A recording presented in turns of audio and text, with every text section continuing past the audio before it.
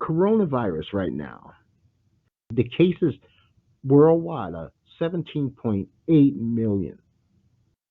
Let that digest for a second. 17.8 million.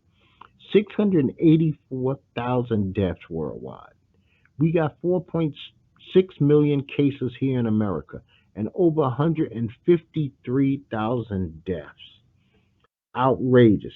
I mean, it doesn't seem to go away. Every time that we get this corona down a little, it seems to be rising again. Um, it's crazy to me.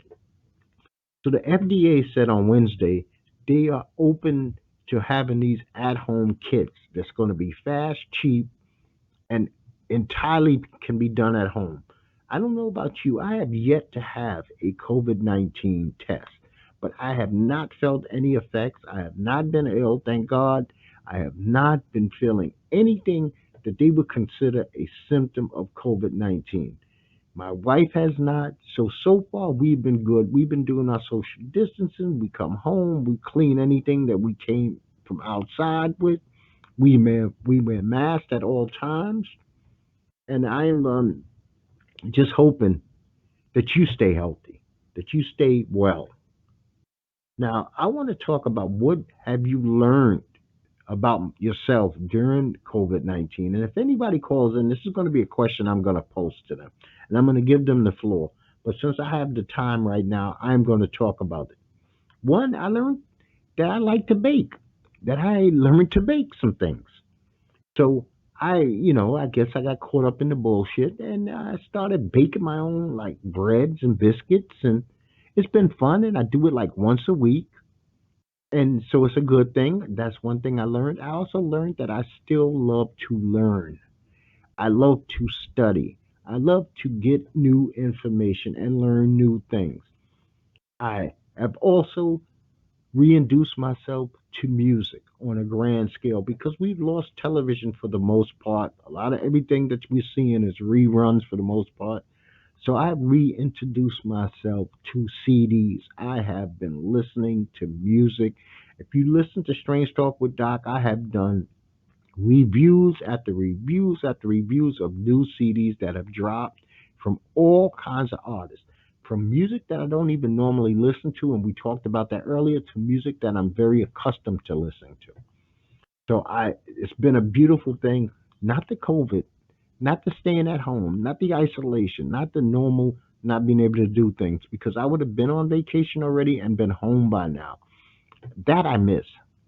But I do know that I have learned a couple of other things.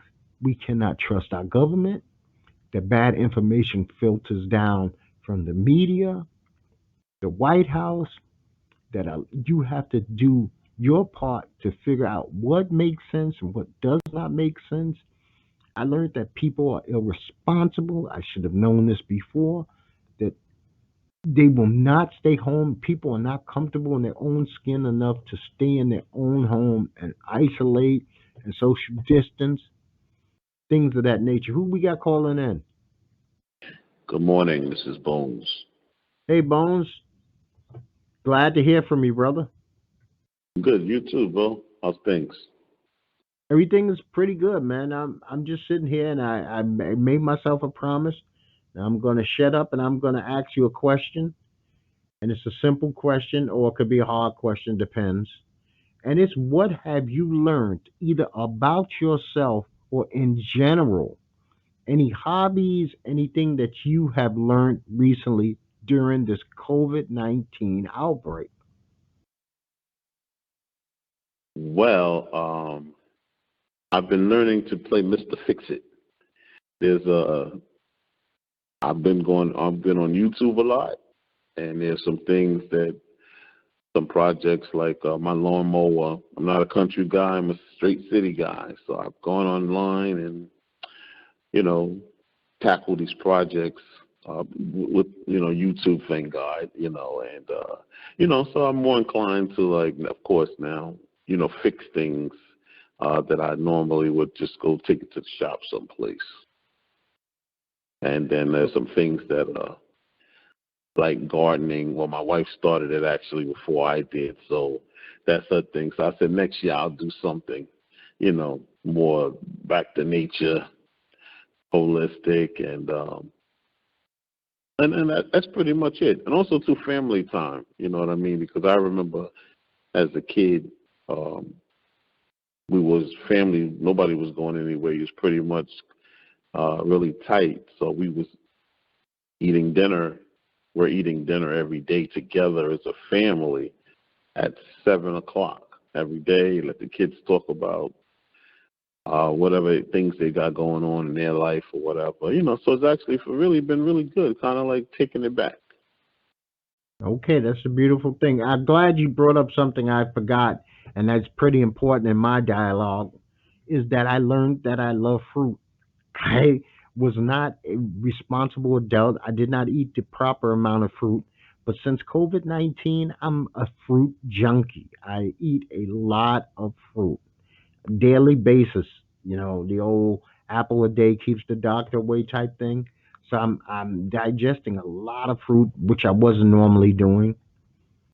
And I also learned another thing, and it's a very sad thing. Like I said, I think our government does not treat us properly.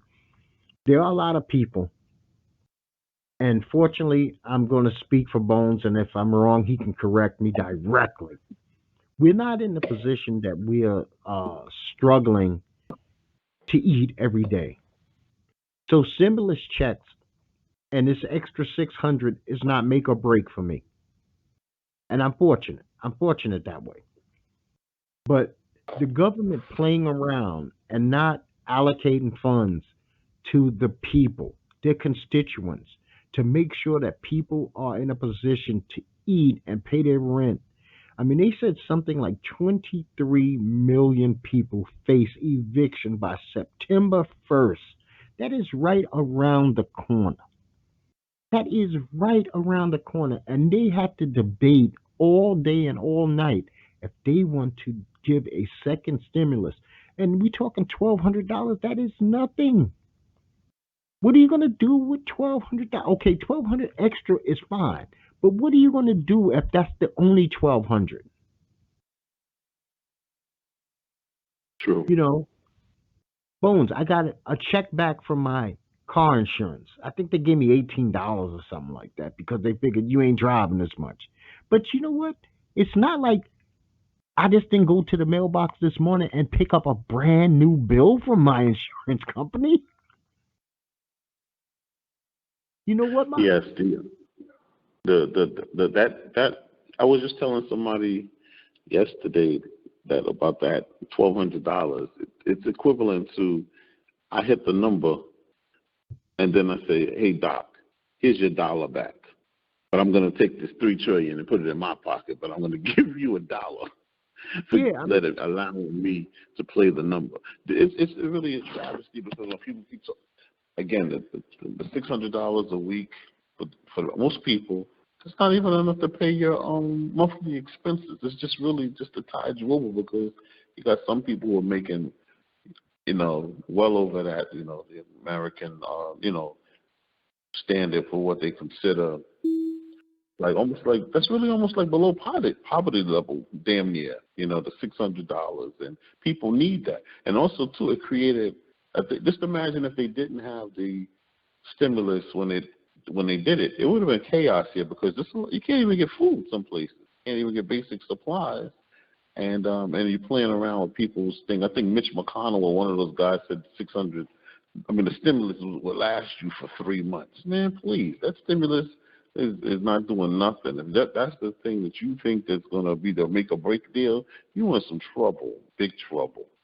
yeah, and then we're gonna wonder why there's gonna be anarchy. I mean, you got the country in enough of an uproar because November 3rd is coming, and we need the right thing to happen. We need our country depends on it. I mean, this shit. No. Put it this way: if somebody is not voting, early voting, or stepping to a poll on November 3rd, I don't even want to fucking know you. You are so irresponsible. I don't even. I don't. I'm not telling you how to vote. But this is the biggest vote of your entire life, and there's no excuse for anybody to not vote. If you're listening to me, and guys, I found out something very weird Before I get to you, that's you, Nat, right? Yeah, I'm here. Okay, man. Good to have you. I don't know why, but I checked this morning. 25% of my listening audience is from Australia. Now, thank you guys and gals in Australia. But I find it weird that 25% of my audience is from Australia and another 8% is from Ireland. Uh, Hmm. I don't mind you listening in, and I appreciate you listening in. I just said that because I thought it was kind of a weird thing. But it's nice to be a little bit international, huh? Yeah. Amen. Okay. Now I'm going to post the same question that I answered, Bones answered. So this is going to be Netboy people. And what I mean by this question is, have you picked up any hobbies? Have you learned to do anything new? What have you learned, or what have you learned about yourself during the COVID-19 pandemic? I think the only thing I picked up, well, not the only thing, but one of the most beneficial things I picked up is investing my money. Uh, there was so many things that I didn't know about that I took time to learn, especially about real estate and stuff like that. That's actually helping right now, and so I think anybody, if you got the time or if you listening, this is the perfect, especially if you're working from home, this is the perfect time to sit down and pick up some videos or books on how to do something you're interested in. Yes, I like I said, I become a baker. I just got into this baking thing. The first time it was a real flub. By now I know the mixtures, the ingredients, but I love to learn. I love to learn. I want to write, and I've been thinking about doing this for years. I want to write a full album drums. Nothing but drums. No guitar, because if my wife got me a guitar and I suck at it. I mean, I stink. I can't sing a fucking lick, but I love my drums. I love drumming. And I want to do a full, I'm talking 45 minutes of original drum beats because I can sing, I can make my drums sing.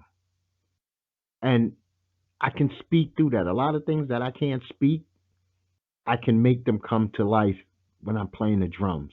And I consider myself a pretty good drummer. Two things God blessed me with was He made me a pretty good drummer and He gave me a decent amount of intelligence.